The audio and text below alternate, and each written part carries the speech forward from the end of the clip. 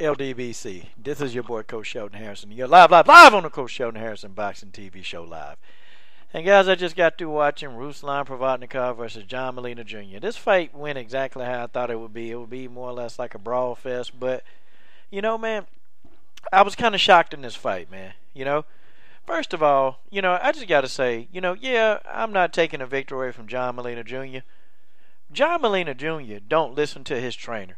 Like, really and truly, man, the dude talking to him, telling John, okay, yeah, okay. Like, dude, and I can tell you, me being a coach, me being Coach Shelton Harrison and talking to an athlete and talking to many athletes, I can tell when somebody not listening to me and they pretty much going to do their own thing. And that's what John Molina did. Really, man, he really listened to his trainer, man. And I'm sorry I'm talking about the negative first. But, folks, that just kind of stood out to me. Dude don't listen to his trainer. People, that's just the way that is. That's just the way that is. Okay? I mean, he threw, you know, John Molina Jr. controlled distance. He definitely controlled distance with the jab. He worked that jab religiously, folks. John Molina Jr. worked that jab. And then, you know, he was bigger than Ruslan. He came in at 160 pounds. And John Molina Jr. talking about the scales was wrong. Man, I wish I could. Man, shut up, John Molina Jr. Shut up. Them scales wasn't wrong. You weighed 160 pounds. That's just the way that is. But he was able to actually muscle Ruslan Provodnikov around when they got on the inside. Okay, but you know, I thought John Molina Jr. he fought a good fight, man. And part of me kind of thinking, why didn't he fight that way against Adrian Broner? Like, why didn't he do that against Broner, man? It's almost like he was afraid to even throw a punch against Broner. But, you know, I don't want to digress back to that fight. Now, let's talk about Ruslan Provodnikov. You know what, y'all? He shocked me today. Ruslan Provodnikov shocked me. Yeah, John Molina Jr., he still used Ruslan Provodnikov's head as a freaking punching bag. I mean, folks, it's typical Ruslan, but you know what, man? He boxed in the later rounds. I think it had to be the 10th round or the 11th round. And he was boxing, man, and he was doing good. And I'm sitting here thinking to myself, why didn't Ruslan Provodnikov do that the whole fight? Like, it's clear that Joe Diaz been showing him something. It's just, this dude didn't want to do it, man. And I heard Joe Diaz telling him the right things to do, man. And he was moving his head more than normal, man. And it's like all Ruslan Provodnikov had to do was box John Molina Jr. But no. See, he had to live up to that expectation of being the Siberian Rocky. So he's got to stand in there and use his head as a meat grinder, as a meat tenderizer, because that's what, you know, the Siberian Rocky does. And Rocky, he got to live up to that. He actually was moving pretty good, man, when he was boxing. And it was a thing of art watching Ruslan Provodnikov actually box. It was nice. I mean, he was slipping punches, you know, in that 11th round. He was ducking, man. He even started changing position, man. He even turned John Molina Jr. around a couple of times. And I'm like, whoa. Is this really Ruslan Provodnikov? And I'm like, what the hell? Are you serious? You know, and I'm saying, God, there is a God. Because the half of the fight, I'm like, man, he just going to stand and walk forward.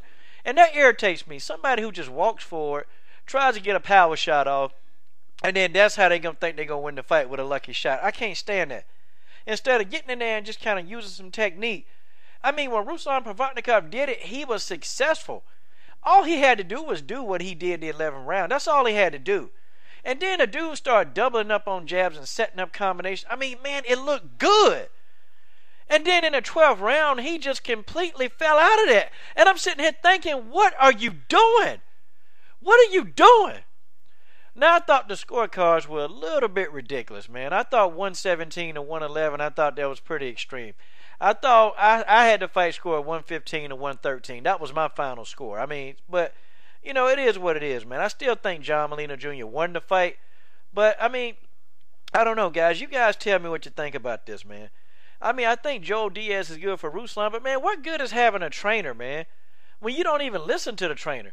That's my thing. Like, why do you have a trainer?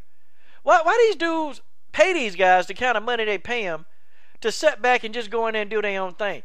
I never understood that about athletes. And you know what? These guys, you know what? And I gotta give shout out to John Molina Jr. trainer, and I think his name's Sadiq. I gotta give him. He said, man, you ain't doing nothing I'm telling you to do. He said, man, I need you to do what he said, you ain't doing what I'm telling you. And here go John Molina Jr. Oh, okay, yeah, okay, yeah, okay. Like, and that's code word for, man, shut up. I ain't finna listen to you. People, that's just how it is. Ruslan Provodnikov, I think he was trying to listen, man. He did.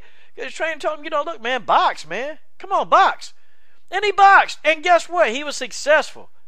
That's the Ruslan Provodnikov we need to see. We don't need to see this walk forward, come straight ahead. And the dude he ain't flat foot. He can actually get on the balls of his feet, and he can pivot out of the way. And I was excited. I mean, I was really excited. Like, Ruslan Provodnikov need to work on these skill sets and stop trying to be a brawler, man. Ruslan Provodnikov gonna have brain damage, man. I'm telling you, he getting hit too much, man. And I don't care who you is, man. That stuff ain't healthy, man. It ain't healthy. It's not healthy for him or his career, man. And I'm telling you, one day, man, one day he gonna be sitting there, and he want to be called Rocky so bad. He gonna be sitting there in the shower, and all of a sudden he gonna pass out like Rocky did in that shower. He better stop, man. I mean, dude better stop using his head as a punching bag. Folks, that's just the way that is. You guys tell me what you think. This is your boy, Coach Shelton Harrison. I'm done.